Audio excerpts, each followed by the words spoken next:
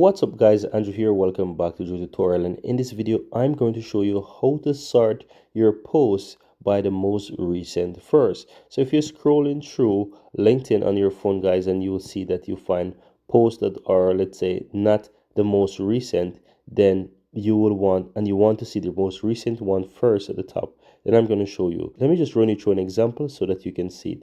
So if I'm scrolling here, you can see this post here. If you look towards the upper left hand side, you can see that this post was posted 16 hours ago. This one was posted 6 hours ago. So you can see that it's already not in the same order. If I scroll on more, this is 1 week ago. And if, as you can see, this one is 5 days ago. So the timing are super mixed up, right? 3 days ago, this one.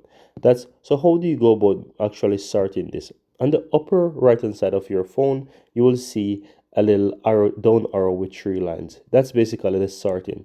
And if you click on that, you will have the option to choose between the most relevant first or the most recent first. Simple tap on the most recent first, and it's going to sort all of your posts from the most recent all the way down to the oldest one, right? And that's how you can easily go ahead and sort your LinkedIn post feed from the most recent, and that's it guys. Very easy and very simple.